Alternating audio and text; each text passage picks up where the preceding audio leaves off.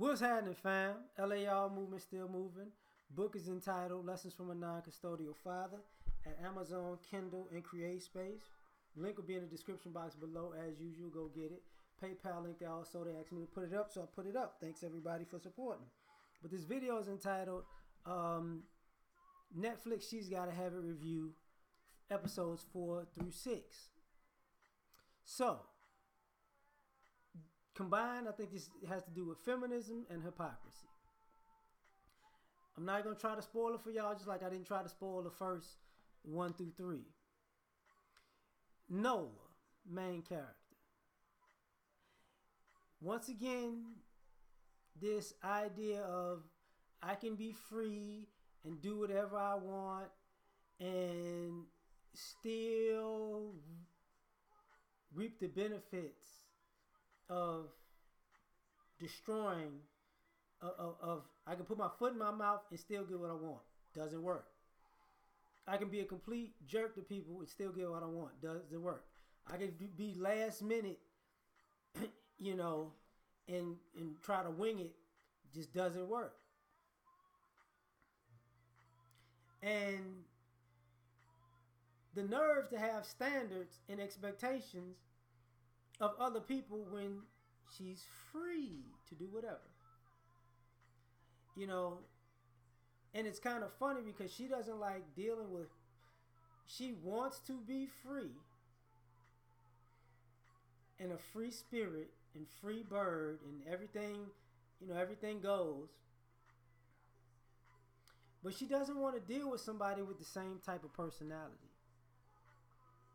She's rigid in her expectations of other people, but she's very fluid in having no expectations for herself.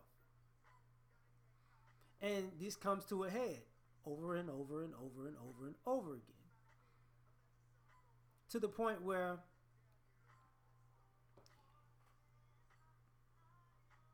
she's put in adult situations and it slaps in the face because ain't no running from that. She's met with her approach from other people, slaps in the face. She don't like that. She's met with the fallout of being free, and other people have decided to be committed to something, and she's slapped in the face with that. So now she don't have all the options. But she's also slapped in the face with when children start to have more adult common sense than you as an adult. Slaps in the face. For some odd reason, she still has good fortune. Things wind up working out in her favor in certain ways in the end, but you can't build a life on this free-spiritedness. But, she don't think that all good things come to an end.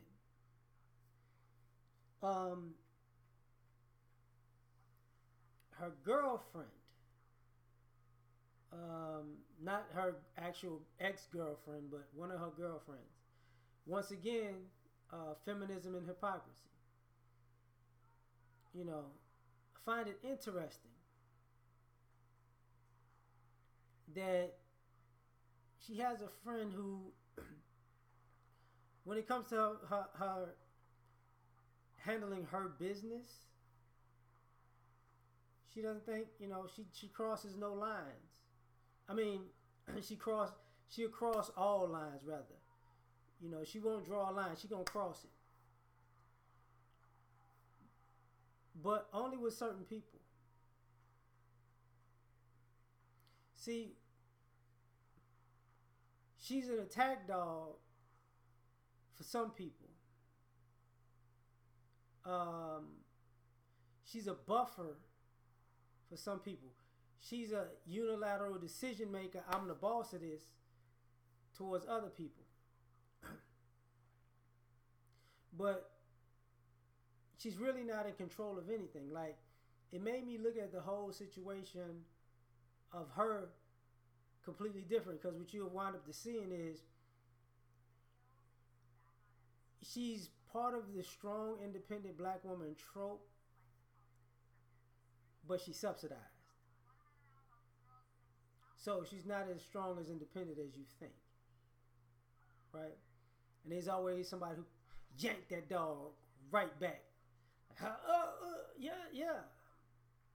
But her ideology is interesting because she did something that came up recently in current events, making unilateral decisions with life. How can you be mad at another person for something that they had no idea happened? But that's the hypocrisy of it. But here's the other thing. Mars. You shouldn't have to be put in a situation to make you a grown man as a grown man. Quintessential artist trope, you know.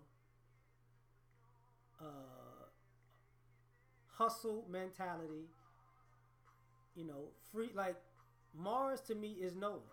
Like Mars is Nola in a male version. And the dude that was the painter that went to jail for something he didn't do, he's Nola in a male way, which means they have no support system like she does for being an artist and free spirited. But going through all of this turmoil makes for great art because it's a lot of angst involved. But that's problematic also. Now, which is interesting to me because I think some of these people are addicted to stress, which is part of the hypocrisy. I don't think they ever want to get on their feet because they feel like it'll kill their artistry, but that's just my opinion. Jamie Overstreet. Hypocrisy.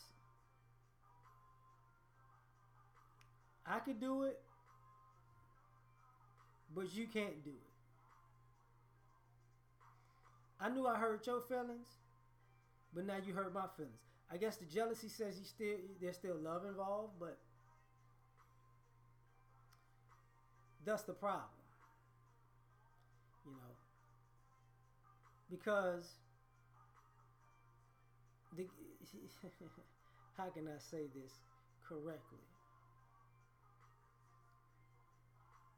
You know, Jamie and his wife, to a degree, are the same person, just from two different upbringings, who probably have the same issue with each other, just from two different points of view, who do the same exact things to each other.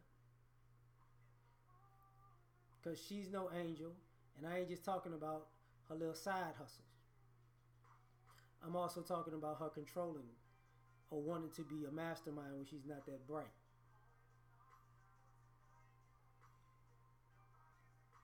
But the kids